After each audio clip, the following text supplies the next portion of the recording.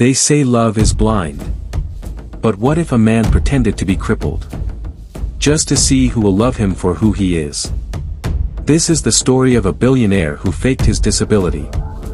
And what he discovered in the shadows changed him forever. One night, alone in his vast penthouse overlooking a city glittering with life, he pondered, who would love me if all of this disappeared? If I had nothing? The thought struck him like lightning. If he could strip away everything, his wealth, his status, even his physical strength, perhaps then he could uncover the truth about those around him. Perhaps then, he could discover who genuinely cared for him and who only saw the golden facade. That very night, he made a decision that would change everything. He would declare himself bankrupt and crippled. No hints, no subtle cues, just a sudden vanishing from the world of luxury into one of vulnerability and uncertainty. To the public, he would be a man stripped of fortune and mobility. To his closest acquaintances, he would be a shocking revelation. And to himself, he would be a seeker of truth. Alexander Hart had everything a person could dream of, a sprawling mansion perched atop the city skyline, cars that could turn heads across continents, and a fortune that seemed endless. Yet, despite all of it, he felt hollow inside. Every compliment, every smile, every word of praise seemed to circle back to one thing, his wealth. People didn't love him. They loved what he had. He had long tried to convince himself that the luxuries, the accolades, and the prestige could fill the emptiness. Private jets, designer clothes, exclusive parties, none of it touched the void gnawing at his heart. He realized the world adored a version of him, not the real him. And he was tired of pretending to be someone he wasn't, tired of being surrounded by flattering faces that hid insincerity behind polite smiles. The next morning, the news broke. Headlines screamed, "Billionaire declares bankruptcy and permanent disability." Social media exploded. People speculated wildly. Some mourned the loss of a man who had everything, others whispered about whether he had staged it for publicity. But none could imagine the reality, that he was walking into the streets, pretending to beg, pretending to be crippled, all to test love itself. The first step into this new life was jarring. Gone were the walls of his penthouse, the velvet carpets, and the echoing halls of wealth. In their place was the cacophony of the streets, the smell of smoke and food carts, the chatter of hurried feet, the occasional yell or insult hurled by someone annoyed at the beggar in their path.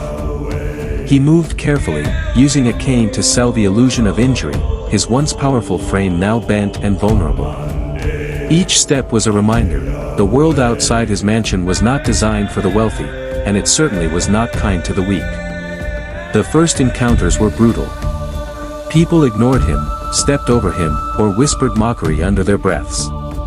The truth he wanted to see became clear almost immediately: wealth shields people from reality, but without it, everyone shows their true colors.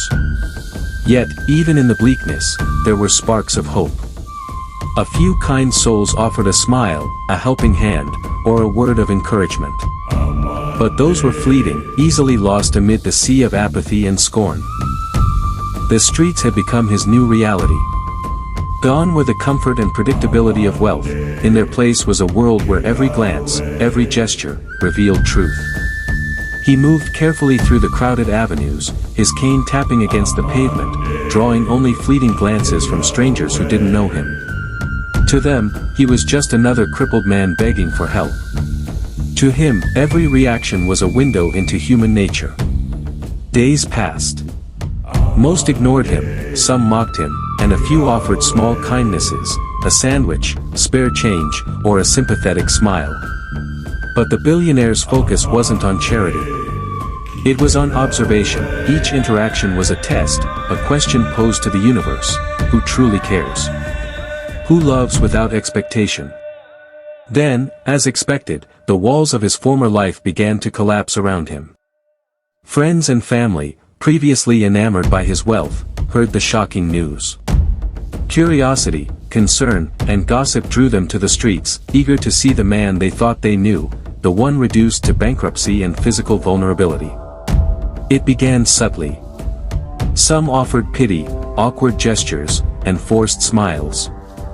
Others spoke with hidden agendas, probing for weaknesses or imagining ways to benefit from his apparent misfortune. The billionaire watched silently, noting the cracks in their facades. Every question asked, every word spoken, revealed more than the surface could ever show. Some friends tried to manipulate the situation, asking about loans or implying his fortune could still be accessed. Even distant relatives, long forgotten, appeared suddenly with veiled requests for money, claiming concern while plotting gain. The tension was almost unbearable. Betrayal, he realized, often wears the mask of love. The very people he had trusted most were quick to adjust their behavior to his new circumstances. The streets, cruel and honest, exposed human nature in a way no mansion ever could. Yet, even amidst the disloyalty, there were flickers of genuine care. A few friends and distant acquaintances, those whose loyalty ran deeper than greed, treated him consistently. They spoke with sincerity, offered support without expectation, and even defended him against mockery. Their actions contrasted sharply with those who sought advantage, illuminating the rare line between self-interest and true affection. Through it all, the woman from the streets remained a constant presence. She approached him regularly, offering food, conversation, and warmth, never questioning his circumstances, never suspecting his true identity. The billionaire began to notice subtle details, how she remembered small things he mentioned, the way she checked on his comfort, her willingness to engage with him genuinely, without judgment. Unlike the world of wealth he had left behind, this kindness felt organic, uncalculated, and real. And then came a twist that cut deeper than the streets ever could. One of his closest confidants, someone he had trusted for years, revealed a moment of weakness. They approached him with concern, yes, but their words carried undertones of opportunism, hints of envy, and suggestions that they might claim some benefit from his supposed downfall. The realization struck him like a cold wind: loyalty is tested most harshly under pressure, and even those closest are not immune to the corrupting influence of perception and opportunity. The billionaire's mind raced. He weighed every gesture, every word, every look. Who could be trusted? Who had a heart untainted by wealth or social expectation? Each encounter became a lesson, each betrayal a revelation. And each act of kindness, like the woman's, a beacon of hope. Even the streets seemed to conspire with his lessons. Onlookers reacted unpredictably, some helped genuinely, some mocked without pause, and some pretended to care while seeking advantage. This chaotic mix forced him to rely not on appearances, but on intuition, observation, and patience. He began to understand that people's true natures are revealed not in comfort, but in adversity. And nothing revealed it better than the dual extremes of his new life: a billionaire pretending to be destitute and crippled, surrounded by strangers and the people he had trusted. Amid the chaos, the woman's presence anchored him. One afternoon, as he sat on a street corner, exhausted from walking, she approached with a warm smile. "You can't stay here all day," she said, handing him a small meal. Her words were simple, but her tone carried neither pity nor condescension. It was empathy, raw, unfiltered, and authentic. She laughed when he stumbled over a joke and shared her own hardships without expectation of sympathy. In that moment, he realized the power of genuine human connection. It was rare, unmeasured by wealth or status, and wholly unselfish. The billionaire continued his observations, noting the stark contrast between those who had once sought proximity for benefit and those who offered care freely. Each interaction built suspense, tension, and emotional resonance. Audience curiosity is held high: who will remain loyal? Who will betray? Who will love for the heart and not for the riches? The day of reckoning had come. After weeks of living among the streets, begging, pretending to be crippled and bankrupt, the billionaire was ready to see the full truth. Every glance, every gesture, every whispered word had been carefully observed. Loyalty had been tested, kindness measured, and betrayal revealed.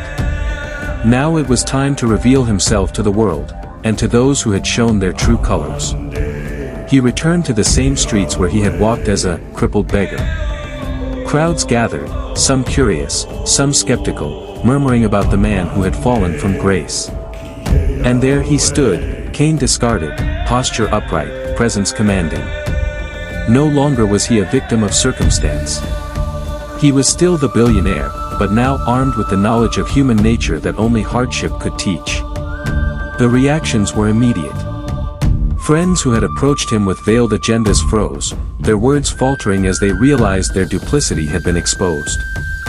Family members who had whispered about taking advantage of his misfortune shifted uncomfortably, shame and guilt spreading across their faces. The streets, once indifferent, now buzzed with astonishment.